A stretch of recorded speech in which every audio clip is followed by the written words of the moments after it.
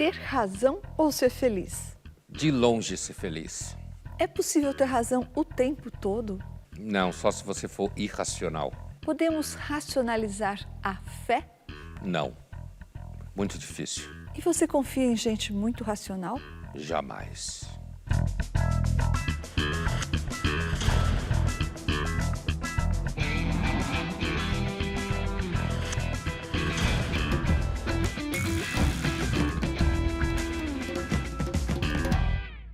Estamos iniciando mais uma edição do Linhas Cruzadas, hoje para falar sobre a razão.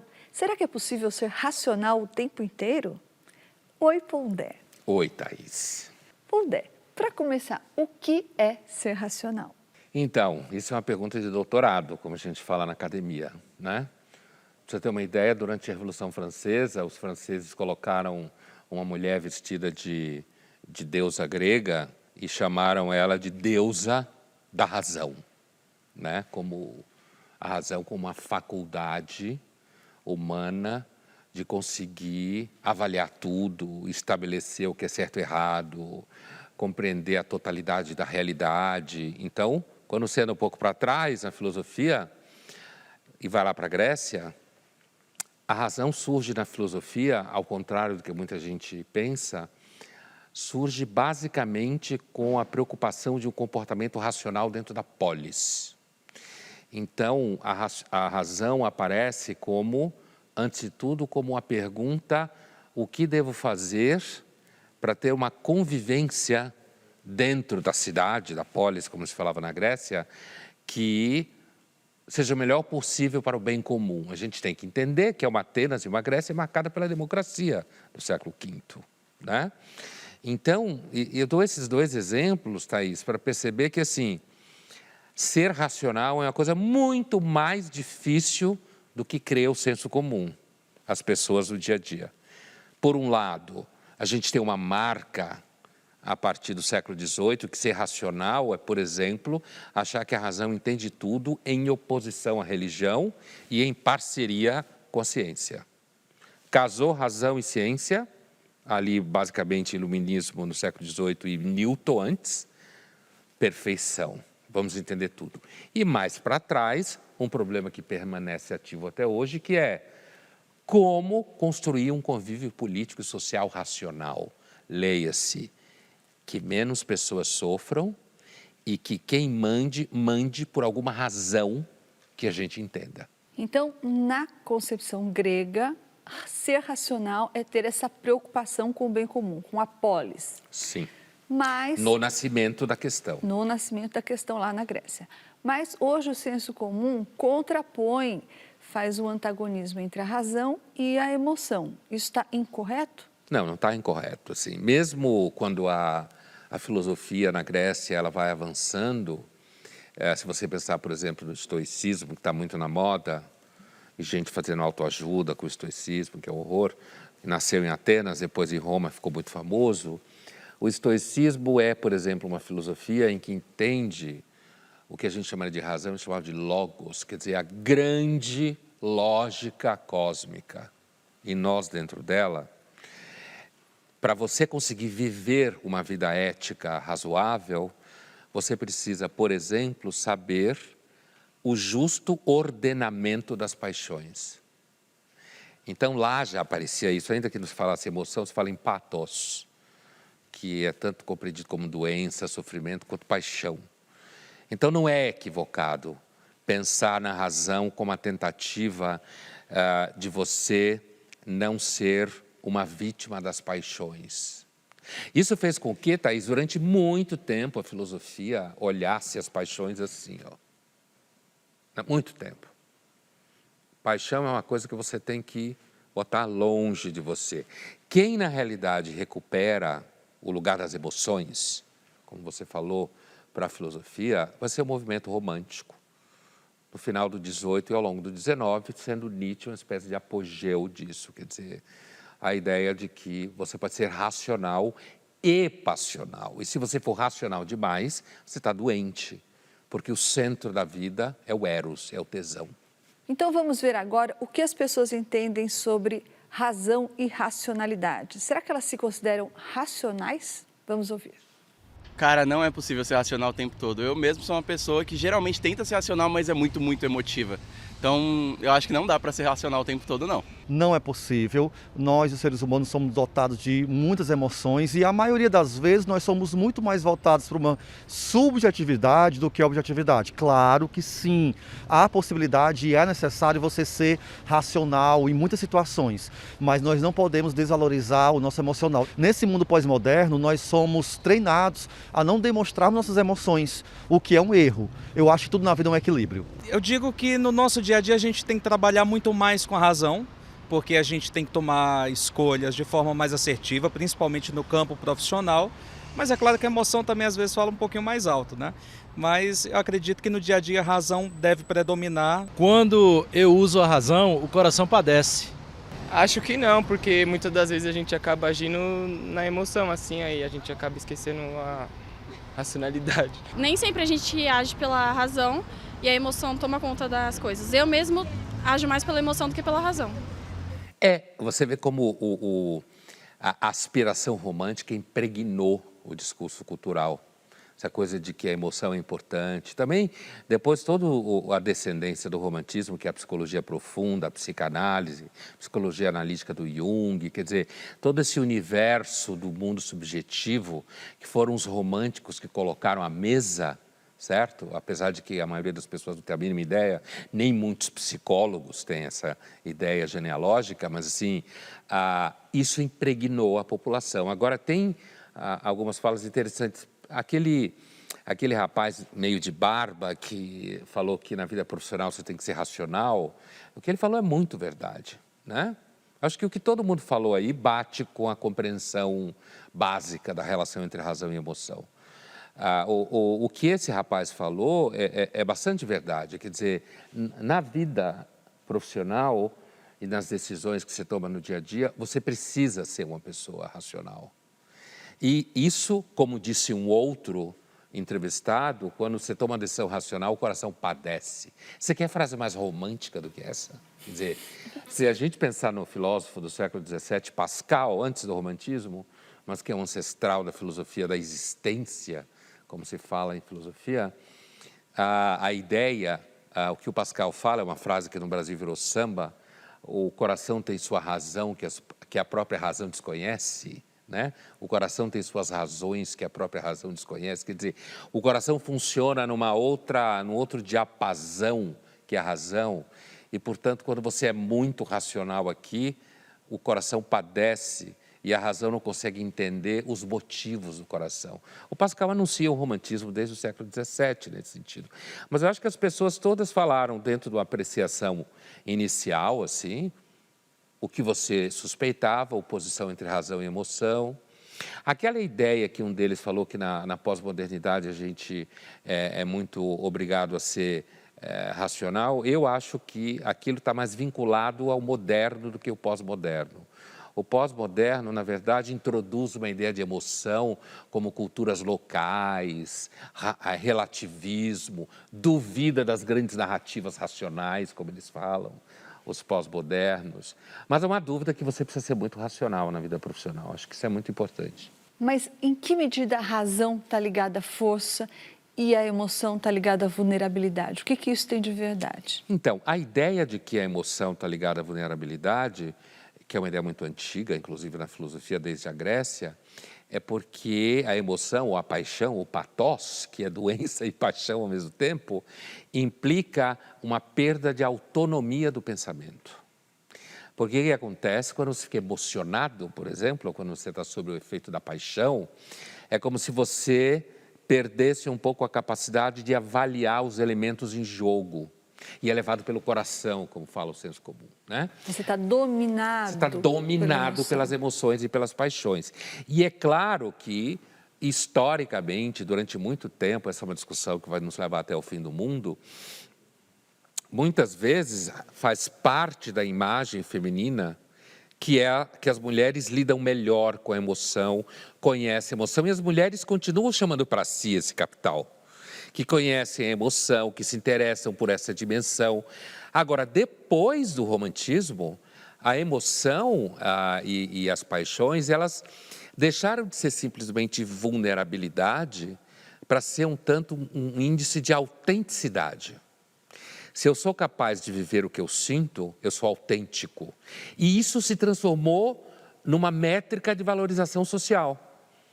Pessoas que carregam uma certa espontaneidade, que demonstram ser autênticas, têm valor social. Linhas Cruzadas volta já já e no próximo bloco nós vamos discutir: será que o ser apaixonado é um ser racional?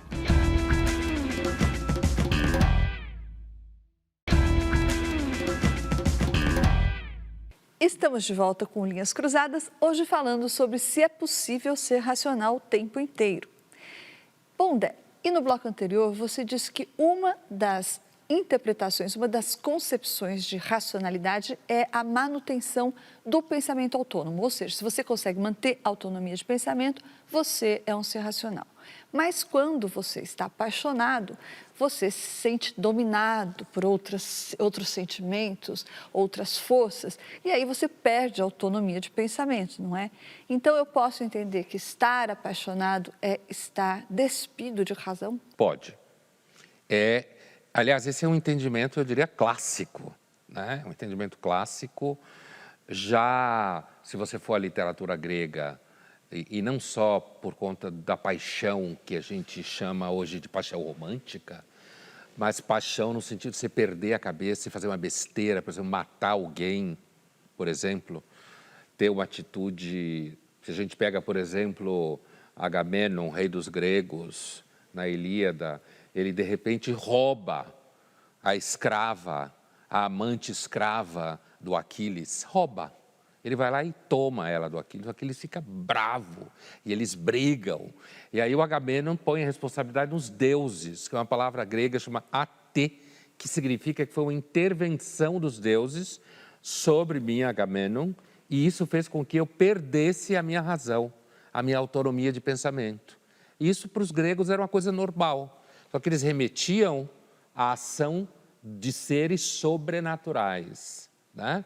Então, já ali aparece essa ideia de que, assim, quando você é tomado por um patos, você perde a cabeça, literalmente. Essa ideia, durante, digamos assim, o domínio da filosofia pelo cristianismo, ao longo de toda a Idade Média, adentrando ainda o século XV, XVI, XVII, também é a ideia de que, na realidade, as paixões e as emoções estão ali no campo do pecado, né? Ou da doença, não é? Ou da doença. E então você também, quando fica muito desejando uma pessoa, pensando nela, você na realidade está pecando. Agora, essa ideia do apaixonado, como você falou, que é uma ideia já... aparece na literatura do século XIII, XII, na Europa. Essa literatura vai influenciar muito a literatura romântica do século XVIII e XIX. E, portanto, quando você fala uma pessoa apaixonada, veja que apaixonada pressupõe justamente que você está sob o efeito da paixão. E quando você está sob o efeito da paixão, você não consegue parar de pensar naquela pessoa, o que aquela pessoa pensa de você é fundamental, se ela responde às suas demandas é fundamental, e aí você começa a pensar mal. E, Pondé, passando para um outro assunto, sendo a religião o território da fé, é possível racionalizá-la, racionalizar a religião? Claro, os esforços, inclusive muito poderosos, de você, inclusive especificamente no âmbito do cristianismo. O cristianismo fez muito isso na Idade Média, o islamismo fez também, o judaísmo sempre foi um pouco mais arredio a isso, mas assim, esforços para dizer que uma das manifestações de Deus é o intelecto, como se fala na Idade Média, intellectus, né? E que, portanto, parte da compreensão de Deus, parte da vida da fé passa por um entendimento racional de Deus, porque Deus é racional.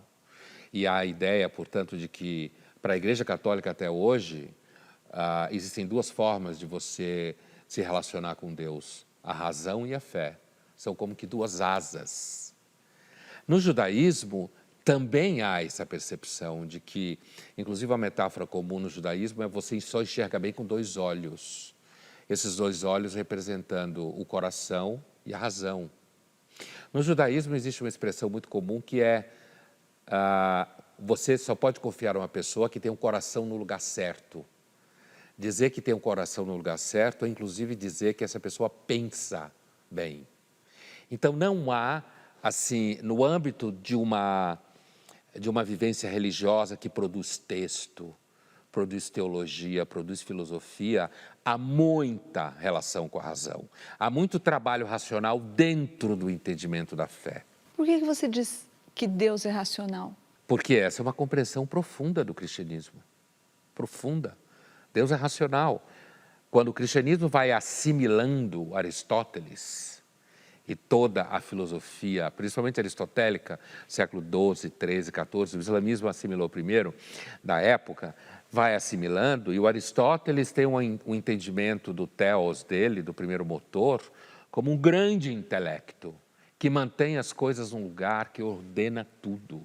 Tá, mas assim como um engenheiro... Uma espécie de engenheiro, mais ou menos, uma espécie de engenheiro, E que, portanto, a razão não nega Deus. Isso para a Igreja Católica é fundamental até hoje. A razão não nega Deus, eu entendo. Agora, Deus é racional, eu não entendo, porque a gente ouve, a gente é ensinado que Deus é misericórdia, Deus é amor. E também racional. E também racional. Porque você não vai ouvir, provavelmente, numa pregação numa igreja, e não é provavelmente isso que interessa a alguém que está em busca de acolhimento. Veja, Deus é racional. Mas alguém pode dizer para você, Deus escreve certo por linhas tortas. O que isso significa? Significa que ele sabe muito bem o que ele está fazendo. E para saber o que ele está fazendo, ele tem que ter supostamente algum tipo de plano. Mesmo que sejam misteriosos os caminhos do Senhor. Entendi. Certo? Nesse sentido é que ele é racional. Ele é racional, inclusive no sentido aristotélico, de manter as coisas funcionando e fazer com que os planetas não batam uns nos outros. Se bem que hoje a gente sabe que pode bater. Vamos ver agora uma cena do tristíssimo filme Dançando no Escuro, de Lars von Trier. If he doesn't have the operation next month, it's going to be too late, and he will never be able to see. This is what it's all about. So he can see his grandchildren, Kathy. Don't you understand? Well, let me tell you something. The only thing that's important to me in my whole life, and you don't understand it, Kathy. It's just plain stupidity to waste that kind of money on a blind woman who's going to spend the rest of her life in jail. But he needs his mother, you know, alive no matter You where. don't understand. He needs his eyes. He needs his mother. No! Yes, alive. No! Listen to reason for once. Selma. Selma. I listen to my heart. I will go to the police. I will tell them that you stole the money from Bill. Oh yes, I will say that. I will tell them that you stole it from Bill, and then you will never see the money again. That will be gone for good. No operation, nothing, no mother, nothing.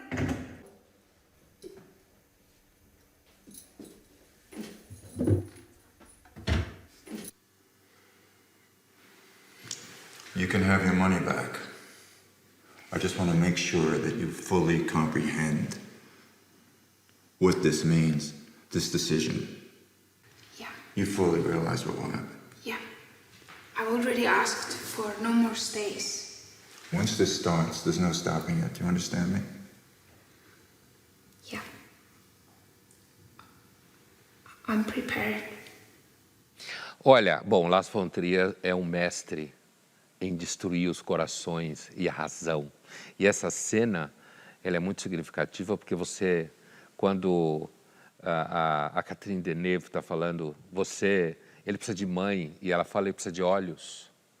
E eu estou pensando, eu estou agindo a partir do meu coração. Quer dizer, há um completo dilaceramento, que é, aliás, uma temática constante na obra do Lars von Trier. O Lars von Trier, ele não idealiza nem a vida do coração, nem a vida da razão. Só para contextualizar, conta um pouco que ela é cega e que o filho dela vai fazer essa operação. Exatamente. Essa é a questão que está sendo discutida ali, né? Porque ela é cega e ela não quer que o filho fique cego, né? E se para isso ela tiver que perder a vida dela e o filho não conviver com ela, está valendo. Ela está tomando uma decisão absolutamente racional e pragmática.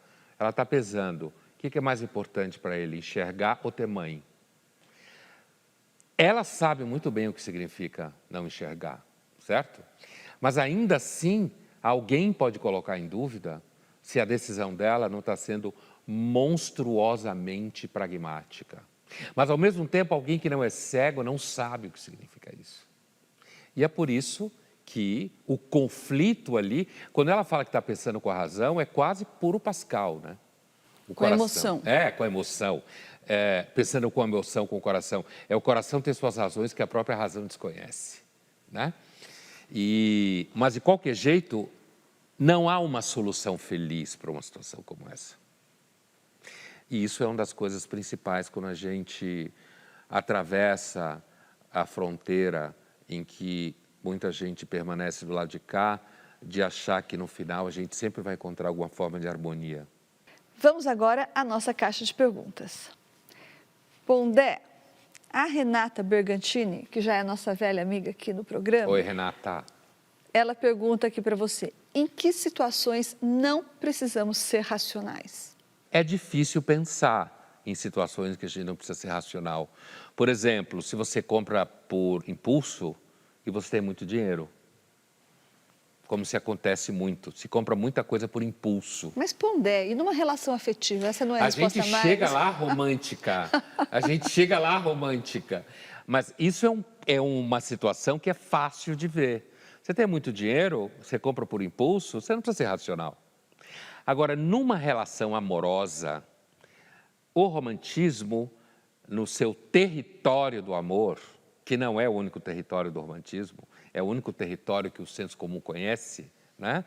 No romantismo, no território do amor romântico, o valor supremo é você não agir de forma racional. Porque o pressuposto é que se você age de forma racional, você não ama. E se o centro da personalidade é a paixão, a autenticidade da personalidade é o que você sente. Então, essa é a resposta para a Renata. Essa é a resposta idealizada. Porque na prática do dia a dia, as relações afetivas, para que elas consigam construir algum tipo de consistência, você precisa, além daquilo que o seu coração sente, você precisa sim muito uso da razão. Para lidar com o cotidiano, lidar inclusive com as paixões tristes, lidar com as frustrações, mas não há dúvida que no território do amor romântico, onde você não precisa ser racional, é quando você é louco por uma pessoa e ela é por você. Alguém conhece um paraíso maior do que esse? Para participar do Linhas Cruzadas, envie a sua pergunta ou seu comentário através das redes sociais da TV Cultura usando a hashtag Linhas Cruzadas. Linhas Cruzadas volta já já e no próximo bloco nós vamos falar sobre a racionalidade ou a falta dela na política.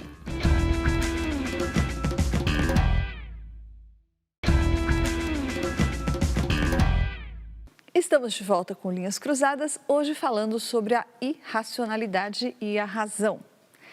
Pondé, você falou que na Grécia Antiga e segundo Platão, a razão está ligada à preocupação com o bem público. Então, nesse sentido grego, a corrupção é uma mostra de irracionalidade, porque não tem nada a ver com o bem público, muito pelo contrário? Sim, sim. Tanto é que por isso o nome é corrupção. A expressão corrupção na história da filosofia, né? Muito antes de falar em corrupção em política, o conceito de corrupção aparece justamente como a corrupção de um ser que antes era pleno. Esse ser pleno era a razão e a vontade dos seres humanos, antes do pecado, o tal pecado original. Depois do pecado original, corrompeu-se o homem. E, portanto, corrompeu-se sua razão, corrompeu-se sua vontade. Esse tema do vínculo entre a atividade política racional e o bem público vai ser muito importante, vai aparecer muito, por exemplo, na literatura do final do 18, começo do 19, nos Estados Unidos, quando os chamados Founding Fathers, os pais fundadores, estão montando primeiro a Constituição, depois construindo a própria máquina governamental federativa americana, ainda muito menor do que os Estados Unidos será depois, e uma preocupação constante seremos nós capazes de construir um regime político em que a gente escolha racionalmente quem é o soberano, ou continuaremos na mão do destino, sofrendo o poder? Está vendo a chamada? Lá no final do século XVIII. Quer dizer, a chamada por uso da razão. John Adams, na mesma época, que foi o segundo presidente dos Estados Unidos, que também está nesse pacote, não do federalista, também fala, quer dizer, a intenção da ciência política, como ele fala no texto, é a produção da felicidade do bem público, felicidade compreendida como bem público. Então, a corrupção da classe política, que é uma coisa que se conhece há muito tempo, né? Você pode conviver com um certo nível de corrupção da classe política, porque sempre tem em todos os países do mundo, algum nível. Mas se esse nível se torna muito agudo, como no Brasil, a função de representante político passa a ser uma profissão defendida como lobby acima dos representados, que é o que tem no Brasil. E aí, o sistema, a classe política brasileira, desse ponto de vista, é irracional, porque ela destrói o país do qual ela mesma depende. Você está falando sobre a classe política, agora vamos falar sobre os líderes políticos, porque aquele cientista político norte-americano que morreu no ano passado, Robert Jarvis, é assim que se pronuncia? Sim, Robert Jarvis. Jarvis. Ele escreveu sobre o pensamento dos líderes políticos, dos grandes líderes políticos. E ele defende que também os grandes líderes políticos não são sempre pautados pela preocupação com o bem público, pela preocupação em solucionar os problemas comunitários e que por eles perpassa muita coisa que a gente não suspeita, ou que deveríamos suspeitar, por exemplo, vaidade, certos egoísmos, certas ambições, e que a gente espera demais desses líderes políticos. Você concorda com ele, Pondé?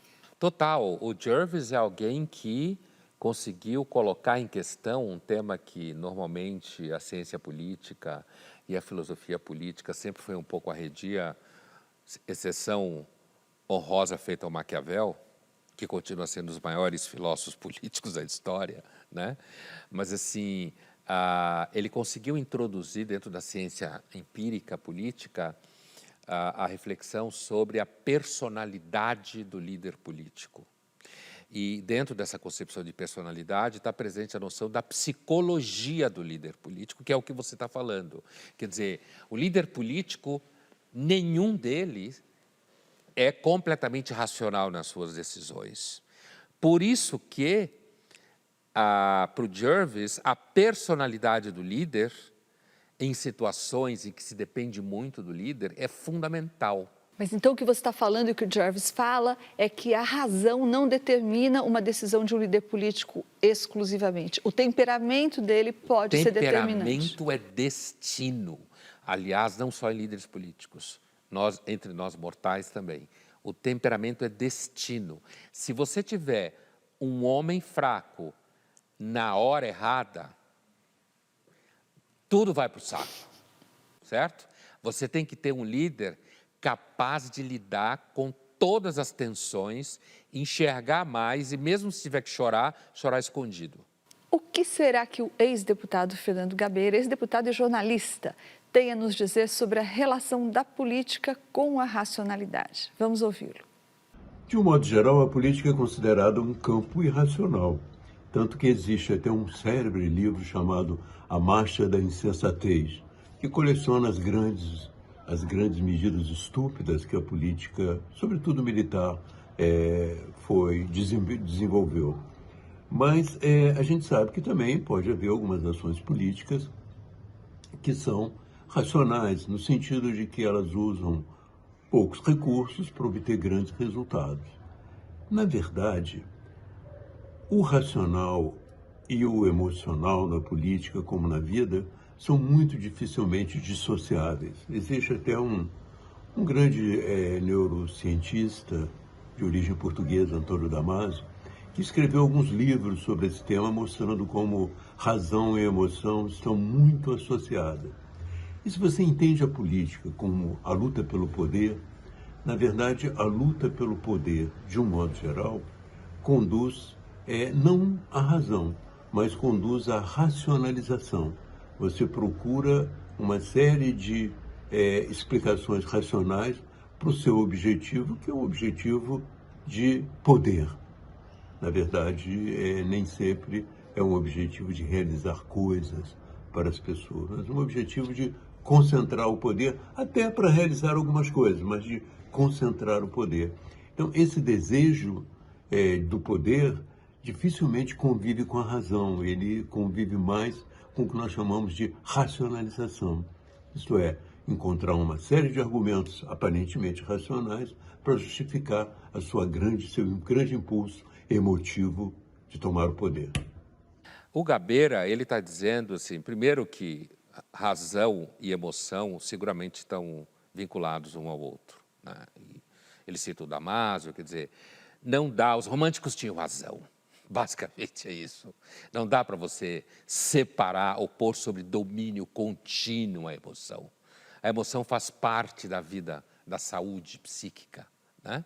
Até um certo ponto, é claro. Ao mesmo tempo, ele fala que a política é o território onde você quer o poder.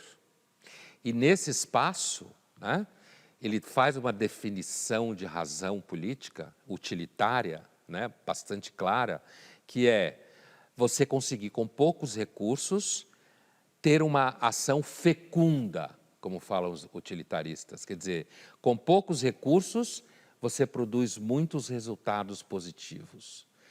Isso é um belo exemplo de racionalidade política, pensado na escola utilitária, claramente, né, na Inglaterra. Agora, ao mesmo tempo, ele pontua uma outra coisa importante, que é o seguinte, é muito comum a emoção na política, por quê? Porque você quer poder. E o poder, dizem que é mais forte do que sexo e dinheiro, né, como vício. E aí ele faz uma diferença entre razão e racionalização, que é a racionalização, o Woody Allen também faz essa diferença em alguns filmes dele. A racionalização é o exercício que eu faço para encontrar justificativas, podem ser aparentemente ou não racionais, para justificar, na verdade, o que eu quero. E aí eu racionalizo, né? E nesse sentido eu posso dizer, por exemplo, agora nesse momento o país está muito confuso, vou mandar só eu. E aí eu racionalizo dizendo, não, a democracia estava muito confusa, tinha muito conflito, os ricos só pensam neles, ou os políticos só pensam nele, agora eu vou fechar tudo. Todas as instituições e destruir a democracia. Mas aí você cria racionalizações para isso. Na realidade, o Woody Allen, quando fala isso em alguns filmes, deixa muito claro que isso é uma atividade contínua do ser humano. Racionalizar para fazer o que quer. Vamos agora para o nosso jogo rápido. Pondé, qual é a atitude mais irracional que você já teve? A atitude mais irracional que eu já tive é difícil dizer, porque muitas das atitudes que eu tive, que no momento pareciam completamente irracionais, depois acabou se desdobrando como atitudes que foram frutíferas. Mas seguramente, ter um filho aos 24 anos e se casar aos 22... no segundo ano da faculdade de medicina, pode seguramente ser um exemplo de uma atitude irracional feita por amor. Concordo. Mas depois deu certo. Thaís, as mulheres são mesmo menos racionais que os homens? Pondé, pela pequena amostra que eu tenho de mulheres que são as mulheres que eu conheço, eu acho que em alguns territórios, de fato, as mulheres são menos racionais se a gente estiver falando daquela acepção do senso comum. Não é? Da razão versus emoção. Então, no campo afetivo, amoroso, eu acho que talvez sim, as mulheres tendam a ser menos racionais do que os homens. Mas profissionalmente, por exemplo, muitas das mulheres que eu conheço são muito mais racionais do que os homens. Pondé, quem é racional o tempo todo, ou pelo menos tenta ser racional o tempo todo, sofre menos? Não. Não. Sofre mais? Provavelmente. Uma pessoa que tenta ser racional o tempo todo, ela pode fazê-lo, inclusive, por algum tipo de trauma, fundamentado numa experiência primitiva infantil, em que ela teve que ser racional cedo demais, para lidar com todo tipo de emoção ou de desordem funcional do ambiente em que ela crescia. Então, não, de forma nenhuma, ser racional o tempo inteiro significa que você é saudável. Tampouco, se você for emocional o tempo inteiro, significa que você é saudável. Você acha que as fake news, elas fazem parte do campo da irracionalidade? Eu acho que esse é um exemplo bom para ilustrar o que o Gabeira estava falando agora há pouco, que você falou. Talvez as fake news sejam um exemplo de racionalização, não é isso? Porque ninguém faz fake news para cometer um crime ou para ser mal, simplesmente, né? Eles racionalizam, eu estou fazendo isso, não estou falando dos que monetizam a coisa, dos que ganham dinheiro com fake news. Estou falando de quem usa fake news como uma ferramenta ideológica ou estratégica para alavancar o que eles consideram ser o melhor nome para, por exemplo, governar o país, não é? Isso não é uma racionalização? Claro. Mente justificando que é necessário mentir para derrotar o outro. Exatamente. Todo dia. Linhas Cruzadas volta já já e no próximo bloco nós vamos discutir o que se ganha e o que se perde sendo racional.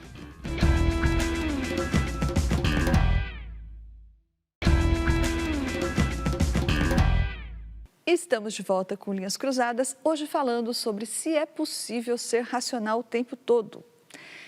Pondé. A ciência e a observação das evidências científicas são um parâmetro da racionalidade.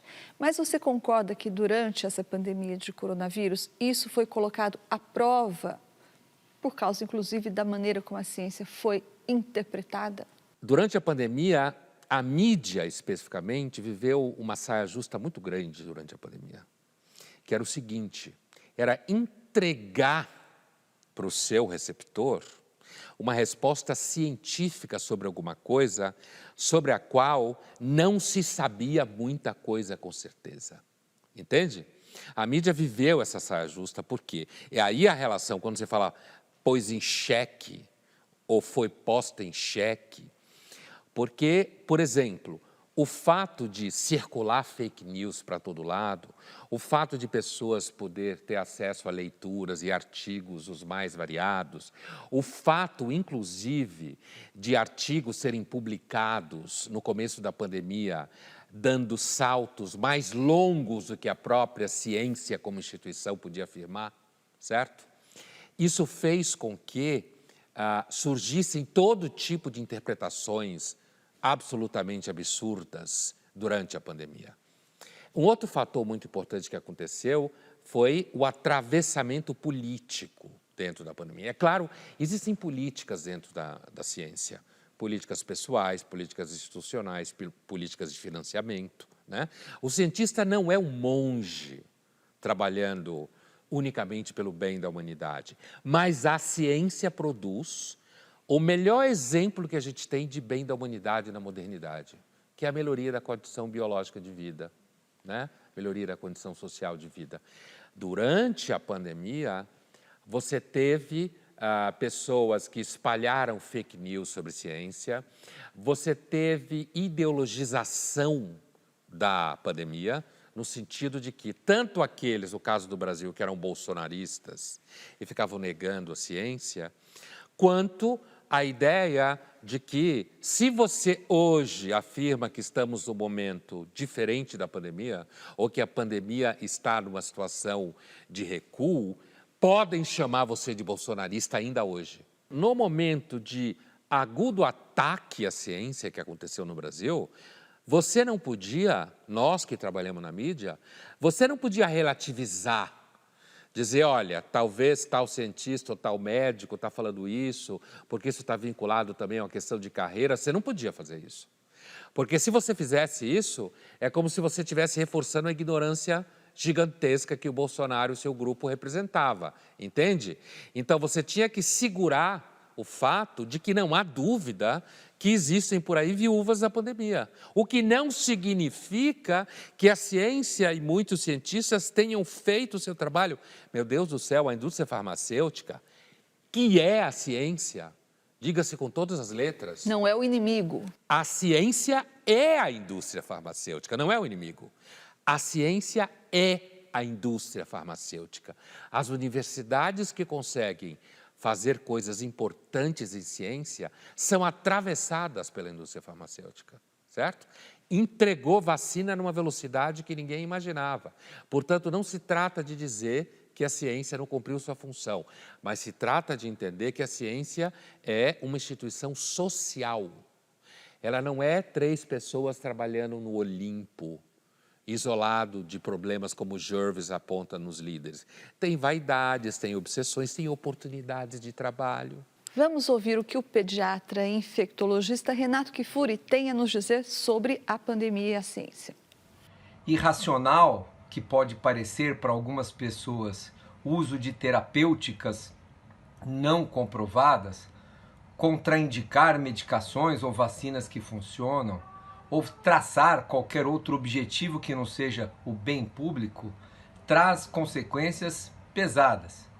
Na pandemia tivemos exemplos vivos de como essas medidas ou como essa irracionalidade, essa disputa, esse partidarismo político começou lá atrás com a não necessidade ou a propagação da não necessidade de isolamento, de não usar máscaras, né? Políticos não recomendando o uso de máscara, chefes de estados, inclusive de outros países, a negação da vacina, dizendo que vacina era de um país, de outro, questões xenofóbicas, a questão do tratamento que não funciona, antivirais que foram testados no começo e que logo se demonstraram ineficazes, continuaram a ser propalados e divulgados como uma saída messiânica para uma crise que exigia outro tipo de medida, talvez menos populares. E, obviamente, a própria não vacinação de parte da população, de crianças, de gestantes, idosos, essa contraindicação ou receio colocado na população de que as vacinas poderiam trazer danos, transformar em animais, introduzir chips, toda essa racionalidade que foge do aspecto da ciência, para nós foi muito danoso. Nós passamos boa parte da pandemia tendo que debater, temos que desmentir, tendo que desconstruir conceitos equivocados, o que custou muitas vidas aqui para nós, nos brasileiros, durante essa pandemia. Poderemos ter um trajeto e um percurso muito mais tranquilo. Eu acho que a fala do Dr. Kfouri, ela é bem representativa. Primeiro, a gente tem que lembrar que quando você está falando de pandemia, você está falando de morte. E morte é um elemento profundamente passional. Agora, eu queria usar 2 coisas que ele falou que eu acho bem interessantes do ponto de vista científico. Assim, a primeira, vacina. A experiência de vacina, longa já na humanidade, razoavelmente longa do ponto de vista desde o século XVIII para cá, digamos assim, iniciando a vacinação com a vacina de varíola e tudo mais. Quer dizer, a gente sabe que doenças foram erradicadas, ou quase erradicadas por causa da vacina, ou famílias idiotas começaram a não vacinar filhos contra o sarampo, certo? E aí o sarampo começa a voltar. Então, a gente tem exemplos. O problema é que muitas pessoas que se transformaram em antivacinas ou fizeram porque tinham que concordar com o Bolsonaro e combater a esquerda comunista na cabeça deles, ou porque entendiam que essa vacina, sendo de RNA, iria introduzir algum tipo de ser estranho na nossa genética. Ou seja, sem nenhum conhecimento da genética, as pessoas ficavam vendo vídeos, né? E a partir daí inventando teorias as mais loucas. Imagina uma pessoa que acha que ele sacou o que ninguém sacou, ou seja, que as vacinas não funcionam, apesar dos dados todos que a gente tem acesso. Mas as vacinas é uma coisa de bastante sustentado. O tema do lockdown, certo? Ele é um tema mais complexo. Em que sentido? Epidemias são entidades que tem uma face voltada para a medicina e uma face voltada para as ciências sociais. Elas não são corpos médicos unicamente. E essa face voltada para as ciências sociais significa que tem um elemento que fala de economia, de sociedade, de relações humanas e não só viral, digamos assim, né? Então, o lockdown, quando ele foi defendido, ele sempre foi defendido para fazer com que o número de doentes coubesse dentro do serviço de saúde. Essa era a defesa do lockdown. O lockdown nunca foi um argumento que levaria a pandemia a acabar. O lockdown diminuiria o contágio, e isso dava tempo do serviço médico lidar com os casos mais graves e não estourar o serviço médico e as pessoas não começarem a morrer, não exatamente por causa da doença, mas porque não tinham cuidado. Ao mesmo tempo, o lockdown significava, sim, um desespero econômico gigantesco. Quebrou muita gente, destruiu a economia de muitos lugares. Portanto, era o tipo de decisão dos líderes políticos, decisões difíceis a tomar. Porque muitos líderes políticos que optaram pelo lockdown, que naquele momento alto da pandemia tinha que ser feito, confinamento ou alguma coisa desse tipo, pagaram caro depois. Taxista ficou contra, aqui no caso do Brasil e de São Paulo, dono de bar, dono de restaurante, dono de shopping center, dono de loja. Olha a irracionalidade aí. Por quê, Thaís? Porque às vezes não dá para ser racional, o ser humano não aguenta. Mas você disse que é difícil ser racional num momento como esse. Onde estaria, nesse caso concreto da pandemia e do lockdown, a racionalidade, a razão? Estaria em perceber que naquele momento de alta de casos, era necessário diminuir a circulação de pessoas para diminuir o fluxo de pacientes graves para o serviço médico. Isso não significa que isso não tenha criado sofrimento, não tenha destruído pessoas, economicamente eu quero dizer. Entende? Ser racional não significa ser feliz. Não significa resolver todos os problemas do mundo. Às vezes significa uma atitude que você tem que tomar naquele momento. Veremos agora uma cena do filme Não Olhe Pra Cima, que tem Meryl Streep e Leonardo DiCaprio no elenco. Okay, let's bottom line this. What is this going to cost me? You know, what's the ask here? There are government plans in place. Actions we can take through NASA, drones that can be outfitted with nukes to deflect and hopefully change the orbit of this comet. We must act now. Oh, hey, all right. When are the midterms? 3 weeks. 3 weeks. So if this breaks before then, we lose Congress. And then there's nothing we can do about it anyway. It'll be gridlocked. The timing is just... it's atrocious. Okay. At this very moment, I say we sit tight and assess. Sit tight and assess. Let's get some other people on this, some Ivy Leaguers. And you and I will review the NASA plans, okay? Cena maravilhosa mostrando a racionalidade do que falava o Gabeira, de certa forma, antes. Quer dizer, o que importa é ela conseguir garantir as eleições no parlamento, no Congresso, midterm, como se fala nos Estados Unidos, no meio do mandato, não perder, o partido dela não perder a maioria no Congresso americano. E, no final, ela fala uma frase, vamos pegar alguns da Ivy League, certo? Significa que eles são dois personagens de uma universidade periférica. Vamos trazer alguém da Ivy League aqui. Com esse gesto, ela humilha os dois, porque eles não são da Ivy League. Inclusive, o personagem do DiCaprio era alguém que não publicava há muito tempo, era alguém meio deprimido na atividade de ciência, completamente colateral, e ela era uma novinha no meio, né? Então, para justificar a atitude dela, que estava preocupada, chancelar, ela empurrar a coisa com a barriga, dentro daquele cinismo todo, ela diz, não, vamos pegar alguém do Ivy League aqui para dizer o que está acontecendo. Ou seja, essa cena mostra claramente como o sistema político pode virar as costas para a racionalidade científica e para o risco de vidas e não está nem aí. Linhas Cruzadas fica por aqui, mas na semana que vem a gente está de volta.